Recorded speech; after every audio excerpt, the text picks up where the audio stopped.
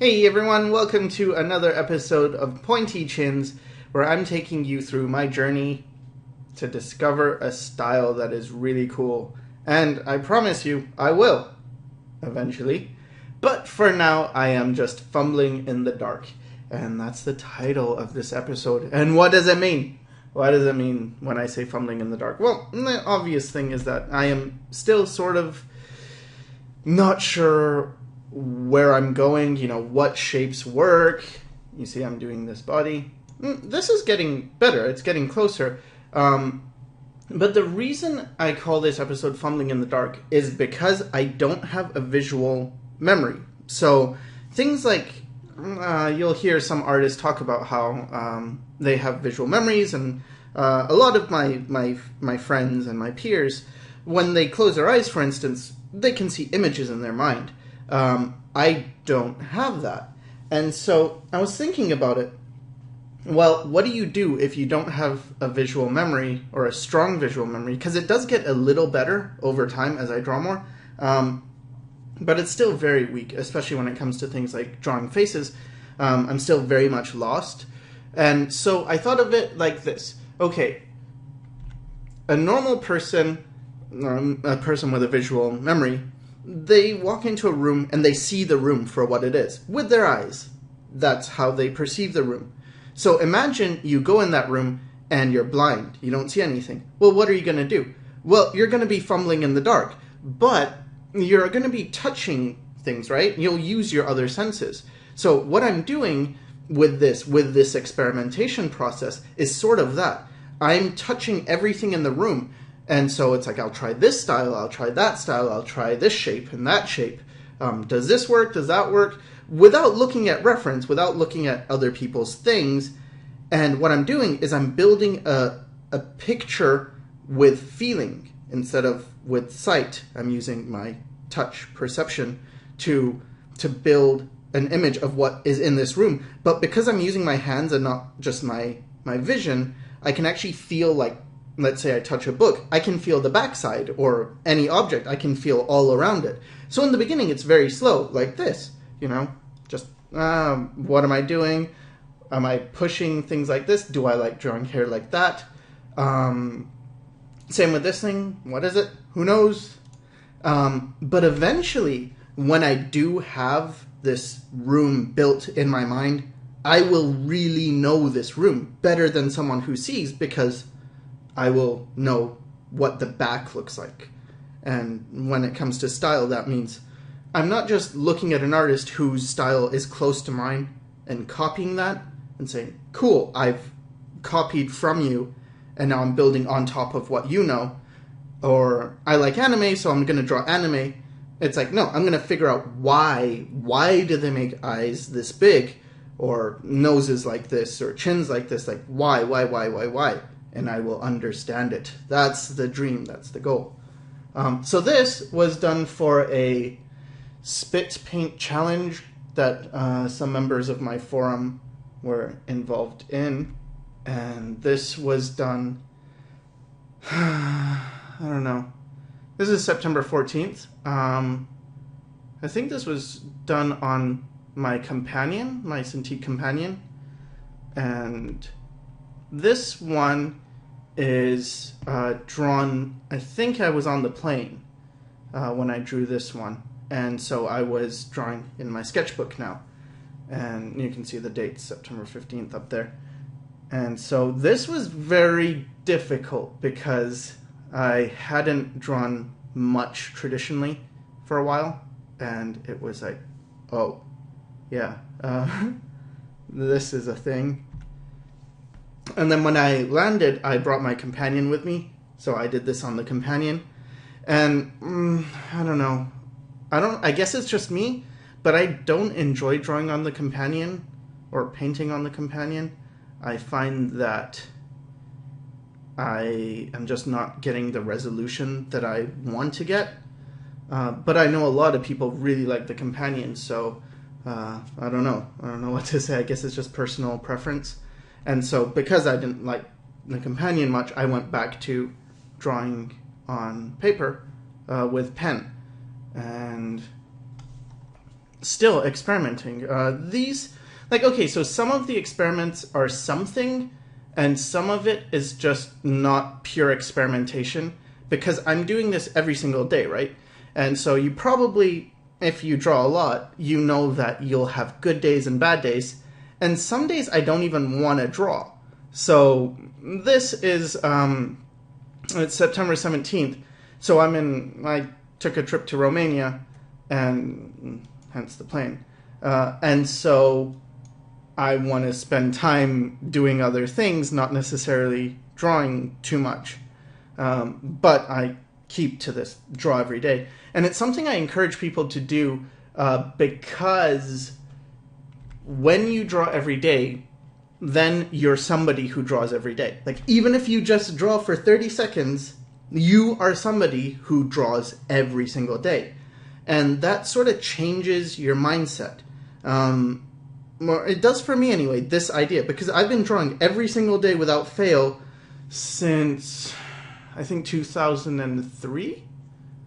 So it was just this thing of, you start doing it, and as long as you don't put in this this idea of, oh, but I need to draw for an hour, or I need to draw for 2 hours, I can draw for 5 minutes and it still counts, or 5 seconds if it's a worst case scenario. I know one day I was super depressed. Like, it was really bad, and I just couldn't manage more than an X, and I called that a drawing. And that's the worst it's ever been. But the point is, you're drawing every day. This is a mental thing. This is telling you that I am someone who does this. And then you're more likely to do more rather than less. Because if I didn't do this, if I didn't have this I draw every day, and if this didn't become a habit, because now it's very much a habit. I have to draw every day. It would feel very strange not to do that. But if I didn't have this, then it's much easier to slip and like not draw for 2 days, not draw for 3 days. Because then, if I don't draw every day, then I'm someone who draws sometimes. And I don't want to be someone who draws sometimes. I want to be someone who draws every day. So, I don't know if that makes any sense to you. But hey, here's some figure drawings. And it's getting better, it's getting better, it's getting more lines. And when I say it's getting better, I mean it's getting closer to what I don't want to say see in my head, because I don't really see it in my head.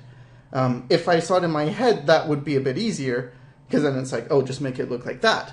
Instead, it's a searching process, where it's, I don't see it, but I feel like it's got to make sense to me. I'll know it when I see it. I know the characteristics of what it is. So, again, this is another day where I guess technically I'm on vacation, and so things are more like, I don't want to necessarily be drawing, and I think I just cut off a portion and did as much as I could in that day. And so they're just scribbles of whatever, you know. Well, they've still got, this guy's got a pointy chin, this guy doesn't really. But hey, it's something, right? It's something to be doing. And yeah, more things. I'm really not happy with these. Try and explain why. Well, this has this point down, the mouth is going down, the chin's going down. I guess this is an experiment as well. But I don't like the proportions. I don't like how I don't feel the cranium. And this is a very flat image. And maybe it's annoying for me to explain this. I don't know. I guess you can write in the comments if this is annoying or not, because I'm talking about my process, and I understand that there's many people who, because I was at this stage too, they wish they could draw at this level. And they might look at this and be like, but that's already so good. Why are you tearing it apart? And the reason is, and this will happen to you too, if you keep drawing, your eye is going to get better. So as you improve, you'll look at things, and where you once saw something that like, that looks really good, you'll start to look at it and be like, that's really messed up. That's not good at all, or it has a lot of errors, and maybe this part is good, but that part's not very good. So, still playing around, more figure drawings. I like this one quite a bit. It's very angular, I had a comment from someone saying, why am I doing all these pointy things? I should have, instead of angles, I should have curves as well, or rounder shapes. And I agree. It's a good idea, but it's more like I want to push it as far as I can. I want to take this to its natural end with the pointy things. How pointy can you get? How do you deal with a circle if you do pointy shapes? Like, that to me is an interesting question, and I'm actually going to solve it later on. So stick with me if this is interesting to you, because we'll figure stuff out together. And yeah, okay, so this one, I'm not happy with this because I don't like the head size, and there's not a good gesture. You should start with a gesture, and I think in this case I wasn't starting with a gesture. But this is going somewhere. This idea of, instead of doing these finished illustrations, like, this isn't finished, this is still super sketchy, but by comparison, this is nothing. What is this? This is like a thumbnail, just a quick gesture. It's a bit, almost a stick figure, but this has something to it because what I'm able to do now is see bigger shapes. Instead of worrying about details, I'm worrying about the big form. And so here, again, these smaller drawings, I think, are helping me much more. And I will deviate from this and go into other things. And I'm also getting a lot more confident with pen. It's even here, it's still difficult for me, but it's better. And I like this figure. I'm pushing it a lot, of course. I don't think the model had those super broad shoulders, but it's going somewhere. Okay, and here too, I really dislike this character because of, I don't know how to explain it, but the proportions are off. It feels like this arm is just jammed into his head. Like, where's the trapezius? Where's the neck? How does this all connect? Doesn't make sense. I think I started with probably this guy, and then I wanted to do some expressions, so I did this guy, and then I thought, okay, what if I take this guy right here and I make him smile, but I sort of caricature it, and I got this, like pushing it very wide and making everything very wide, and I thought, that's cooler. Like this, even with this beard, it's much more of a simple shape. That's so much cooler than this, which is sort of ambiguous. And cooler to me, but in my eyes, everything that I'm saying is in my opinion. This is way cooler than this. And then I did them together because, you know, romance. And I like this hand. And I don't know if I did this from reference. I think I might have done this without reference. I think so, because I remember feeling pretty good about that hand. And usually when I do it from reference, I don't feel good about it. I just feel like, well, sure, it's okay, but only because I had reference. So here we are at September 30th, 2014, and still, you know, playing around with shapes. And this one's much more rounded. Okay, how do I go about doing things? But you'll see that there's more of a trend of one direction. And this is what I really want to show, is how nothing happens overnight. So sometimes I'll see people and they say, well, I'm experimenting with my style. How can you look at it and give me some tips? And I look at it and it's like 1 or 2 drawings. And it's like, what do you mean experimenting with your style? Like, for me to get where I am, because people will look at my style now. And I had a lot of detractors. I had a lot of people in the beginning when I said, I'm going to work on my style. I want to develop this cool style. And they would tell me, like, why? Don't. Style comes naturally. Just draw, and this will naturally happen. And I thought, sorry, still a bit sick. But I thought, okay, fine. Style happens naturally if I want to draw realistically. Because what do I see in my head whenever... Because I was drawing a lot. I've been drawing for years and years and years and years. So what was happening is I would always draw realistically, and it's like, is that my style? Is that what I want? No, but because I don't see things in my head, this is what comes out. I just look at what I see and like, oh, okay, draw what I see. When I was studying caricature, it was a bit more interesting because I was learning how to caricature, but it's not like that was my style. Because I would look at caricature artists and be like, how did you know how to push this? How did you know to push, like even this image, right? Because I did this guy in front view. No, I did this one in side view and then I did it in front view. But how did you know how to push these shapes? Because when I see a face, I don't see this. A lot of my friend Will Terrell is a great example of someone who he captures these shapes when he sees people. I never did.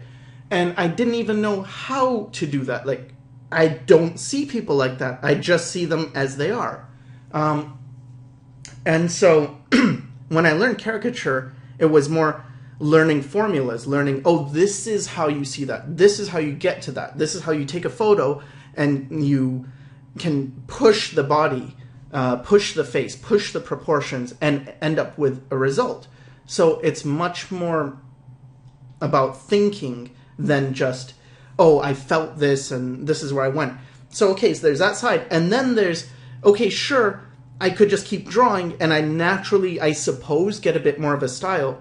But what if I want a very extreme style? Like, what if I want to draw like an anime-ish, but in my style, whatever that is, and I have my own ideas and inspirations and influences, or people I look up to. What if I want to do that? How do I get there? And I keep mentioning this about The Simpsons. Like, I don't think Matt Groening, the creator of The Simpsons, saw people and saw them as yellow. I think, well, I know that was a conscious decision because he wanted his characters to really stand off the screen or stand out. So this is a conscious decision as well. So yeah, sure, there's some of it that's natural, but some of it's conscious. So it's like when people, so then people were like, okay, don't focus on this style. But then when I started working on it, there was this thing of, this is looking bad. Go back to your painting. Stop dicking around. Stop trying these experiments. But as I, like now, when I show my work, there's very few people who think it's bad. A lot of people will say, I like the style now. This is very cool. This is unique and stuff. And it's like, but it doesn't happen overnight. And so some people may be a little bit annoyed with this, where it's like, it's the same thing over and over again. But to that, I would just say, yeah, but this is the stuff you don't see anyway. And you might look at someone who has a cool style and then, whatever. So, okay, so this is October 3rd, and I'm back in Vancouver at this time.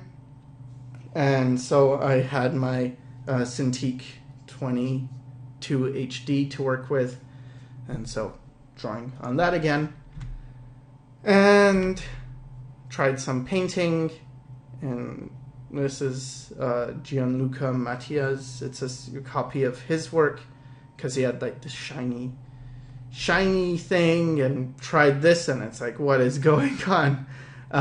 Well, this is anatomy issues, but again, not happy with it. And then I realized I like drawing on paper more with ink. Why don't I do that? And this is another very important day for me in drawing because of this. I mentioned before that I had drawn those smaller stick figures, and that was a big deal. And this is a bigger deal because here I'm really honing in on a shape language. Okay, so males, you have this big triangle, but a smaller box. And then for women, it's like a box and then a triangle, but it's inverted. And of course, these are generalizations and they're stylizations. This isn't everyone looks like this. This isn't like some kind of commentary on reality. What I am trying to do is find a standard, find an ideal, and I'm doing air quotes, ideal body type. Ideal in my mind, not anyone else's mind. Because what we do as artists when we try and learn traditionally is the first thing you do with the figure is you learn the proportions, and you tend to work off a figure that is 7.5 heads tall or 8 heads tall, a very idealized figure. It's not a figure that is what everybody looks like, but it's one that's sort of in the middle, and it's sort of beautiful, like a bit more beautiful than perhaps and beautiful, I don't know. Again, this is what it's supposed to be, because I don't really find that figure as appealing. But anyway, it's supposed to be beautiful, so that what happens is you have a measure of what this is average. Okay, this is where we start, and then everything else is a deviation. But you have to start somewhere. And I figure if I have my standard, my boring male and female figure, and they're already really interesting, really far from normal proportions, then when I deviate, it's only going to be more interesting. I like this thing. Anyway, so this is my thought process. And so this to me is very helpful. This looks ridiculous, granted. I understand that. But again, it's playing around with shapes and realizing, okay, so there is an underlying structure that can guide me. Once I have these principles, I could make something in between these two, right? So if this is very masculine and this is very feminine, well, if I wanted a woman then to be more masculine, well, just shrink this and make this the shoulders wider, make the hips thinner, right? So same with the man. I want him to look more feminine or effeminate. So yeah, more drawing in pen and starting to really enjoy this whole pen thing. It's feeling like I don't want to draw on my my Cintiq much anymore. I do for work, but it's quickly becoming like only for work. So here again, drawing the same thing. So it's not enough to discover something. Like, okay, you figured out this proportion that you like. Then you have to do repetition. You have to draw it over and over and over again, because what you want to do is ingrain it in your muscle memory. You want it so you're just not having to think about it. You just do it.